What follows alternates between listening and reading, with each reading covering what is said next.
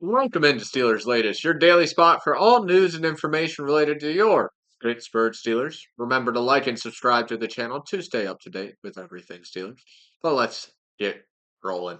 Uh, Greg Rosenthal recently said that Broderick Jones is going to be the main X factor for the Steelers this year.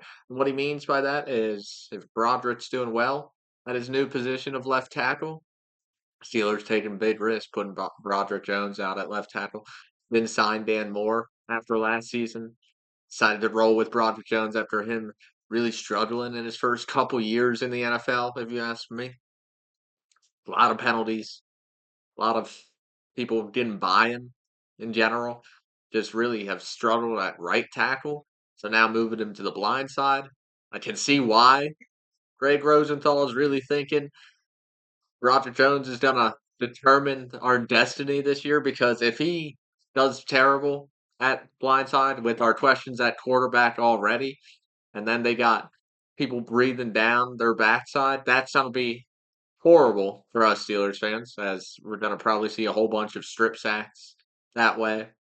If Jones can't put it together this year, I hope in his third year. This is where he figures it all out. He was great tackle at Georgia in college. He just hasn't really figured it out at the pro level. I gotta agree with Rosenthal on this statement that Broderick Jones will determine the outcome of this year for the Steelers, if it's a successful year or a failure, because he's playing such a key position when it comes to the pass game. I mean, that blindside blocker, there's a reason the usually the highest paid offensive lineman, because it is very dangerous to have someone that is not good out there. It can lead to injuries, can lead to turnovers, can lead to all kinds of mishaps on the field. So hopefully Broderick Jones puts it together and can figure it out in his third year.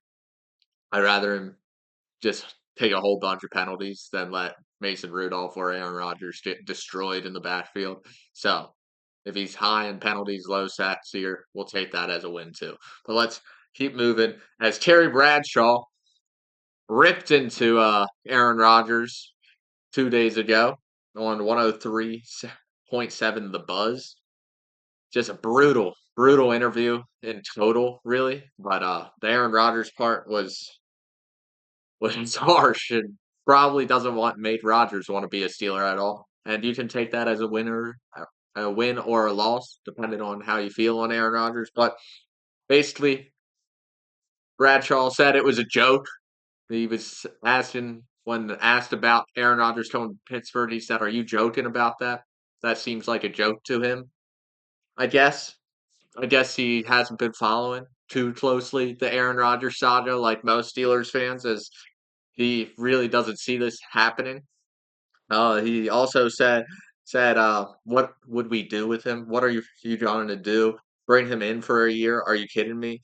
That guy needs to stay in California, go somewhere, and chew on bark and whisper to the gods out there." Jesus Christ, Harry Bradshaw, just just obliterating Aaron Rodgers. That is probably not a good sign that Aaron Rodgers is coming to town, because this could make him less intrigued in Pittsburgh. If the former quarterbacks or former legends continue to hate on him, as we've seen Ben have some comments in the past, and now Terry Bradshaw's really ripping into him.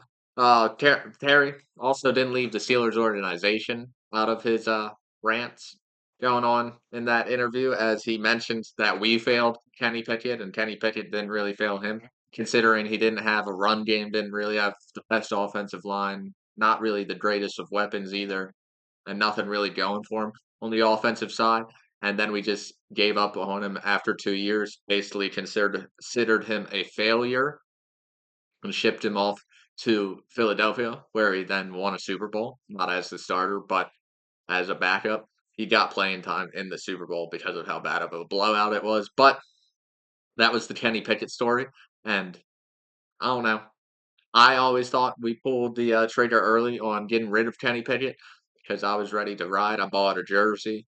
Didn't like seeing him go after 2 years, but he never was really stellar. So you can't really say that he deserved to stay when Russell and Justin Fields both came to town and he started being a little whiny about having to compete for the starting role. So it's still up in the air on if Kenny Pickett will turn out to be anything. We'll find out in Cleveland again this year. He probably won't really make us pay for giving up on him too early. So I don't know. That was just a weird one that Terry Bradshaw added in there that Kenny Pickett wasn't a failure. The Steelers were a failure for him during that time. But as we talk about comments from former Steelers legend, let's move on to an NFL legend, a Houston Texans legend, J.J. Watt. He mentioned a couple things about TJ's contract and his deal going on right now. So, what did JJ say? So he went on to the Pat McAfee show once again. He always shows up on Pat McAfee during the NFL season. This is one of his off-season appearances, and talked about TJ's deal. He mentioned that if the deal was made last year, there probably could have been a hometown discount. I don't know why we wouldn't approach TJ when extending him last year. I know the risk of injury and maybe he falls off the cliff, but TJ's been the most solid defensive player in the NFL, I think, since he's joined the league. He's been just the best pass rusher, clearly, since he's been in the league. I don't think there's any reason we should ever consider getting rid of TJ Watt. So I would have just tried to get the extensions done sooner. So, like JJ said, you might get a little bit of a discount instead now paying a higher number. And that number can only continue to grow up if we continue to wait this one out because you're going to see players like Micah Parsons and Hutchinson with the Lions start getting paid. This another thing J.J. Watt pointed out that once they get paid, the number's probably going to continue to only go up for T.J. Watt. So at this point, we're just effing ourselves over, making the number we're going to have to give TJ go up and up. So let's just try to figure out the guarantees and try to get this contract all settled.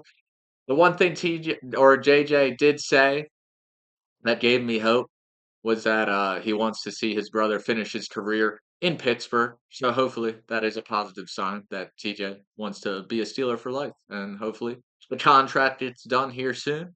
So us Steelers fans don't have to worry anymore. But let's wrap up today's show with a small signing. We signed a rookie wide receiver, an undrafted free agent, and wide receiver Montana Lemonius Craig to a rookie contract. Um, Played for Colorado and Arizona. He never was a major factor at those two colleges. Never really had a season over 35 catches, but or 30 catches in general. But he always averaged over 10 yards per catch. So at least when he was getting involved in the offense, it was relatively effective and decently downfield, being a kind of explosive.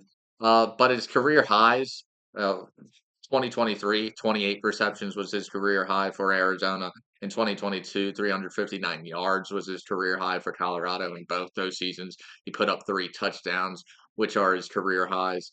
But maybe he can earn a spot. He might be able to be a factor for the Steelers. You never know when one of these undrafted free agent signings turn out to be the next guy, next breakout stars in the league. But we all wish him the best of luck. But this has been Steelers Latest. I've been your host, Cole Denis, and I will see you tomorrow.